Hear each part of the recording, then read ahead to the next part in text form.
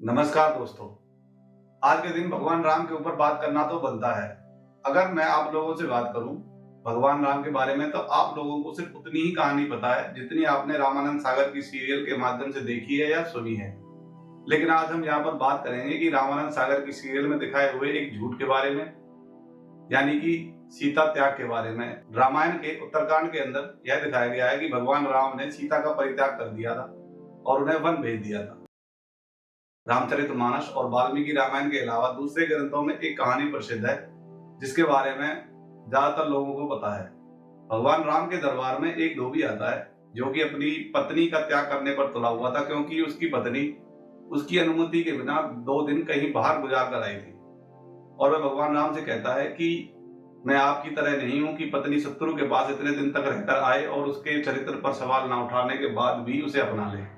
यह सुनकर भगवान राम सोच में पड़ जाते हैं और प्रजा के सामने एक सही उदाहरण रखने के लिए अपनी पत्नी का त्याग कर देते हैं और उन्हें वन भेज देते हैं। और यह भी उस समय जबकि सीता मां गर्भवती थी, जहां उन्होंने 2 बच्चे लव और कुश को जन्म दिया था। लव कुश ने बाद में भगवान राम के अश्वमेध यज्ञ के घोड़े को पकड़ा, उन्होंने राम की सेना के साथ युद्ध किया। लेकिन अगर मैं आपसे कहूं कि यह पूरी कहानी झूठी है, यह केवल भगवान राम के चरित्र के ऊपर उंगली उठाने के लिए बनाई गई थी, तो आपको कैसा लगेगा? चलो समझते हैं इसकी सत्यता को प्रूफ के साथ। वीडियो में आगे बढ़ने से पहले आप मोदी जी की इस बात को जरूर मानें। मेरा ये चैनल सब्सक्राइब करें और मेरे हर अपडेट आपको मिले, इसके लिए बेल आइकन जरूर दबाइएगा। सबसे पहले ये देखते हैं टीवी पर दिखाई जाने वाली सीरियल के अंदर हमें ऐसा क्यों दिखाया गया या ये उत्तर रामायण क्यों दिखाई गई। गोस्वामी तुलसीदास ने रामायण कथा वहीं समाप्त कर दी थी जहां राम जी का राज्याभिषेक हुआ। पहले तो हमने भी तुलसी जी की तरह यही तय किया था कि हम भी उतनी ही कथा कहेंगे जितनी तुलसी जी ने कही है। इसीलिए हमने श्री राम के राज्याभिषेक पर ही अपने रामायण सीरियल का समापन कर दिया था। इस पर चारों ओर से बड़ा शोर उठा।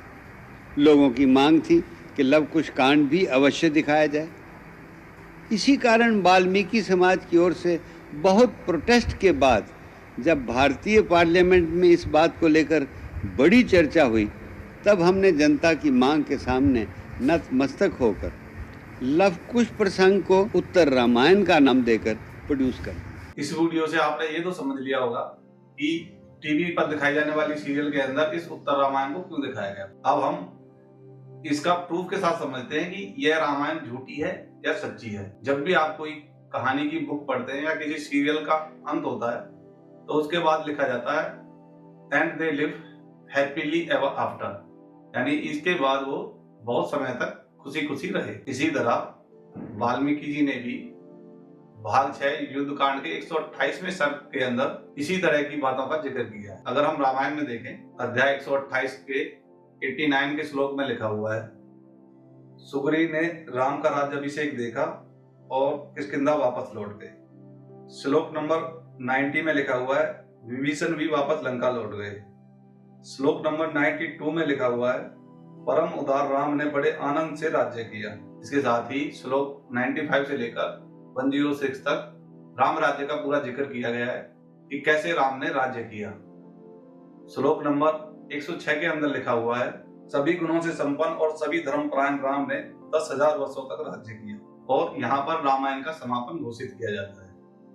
इसके बाद के अध्यायों के अंदर फलश्रुति लिखी हुई है, यानी कि इस काव्य पाठ या इस महाकाव्य को पढ़ने से क्या क्या फल हमें मिलेंगे। जैसे कि बाकी कोई प्रार्थना या हनुमान चालीसा के बाद भी फलश्रुति लिखी हुई है, जो 7 बार पाठ कर कोई छूटे बंदी महासुख हुई। यह हनुमान चालीसा की फलश्रुति है। इसी तरह वाल्मीकि जी ने भी रामायण के अंतिम अध्यायों में फलश्रुति लिखी हुई है। जब हैप्पीली लिव एवर आफ्टर हो गया, फलश्रुति हो गई, तो उसके बाद ये कहानी आगे कैसे बढ़ सकती है। लोग कहते हैं कि उत्तर रामायण रामायण का कंटिन्यूअस है, लेकिन वाल्मीकि रामायण और तुलसी रामायण में फलश्रुति के बाद एक कहानी को हम आगे नहीं बढ़ा सकते। जब हैप्पीली एवर आफ्टर और फलश्रुति हो गई तो फिर ये कहानी उत्तर रामायण कहाँ से जोड़ी गई और सीता परित्याग की कहानी को क्यों लाया गया।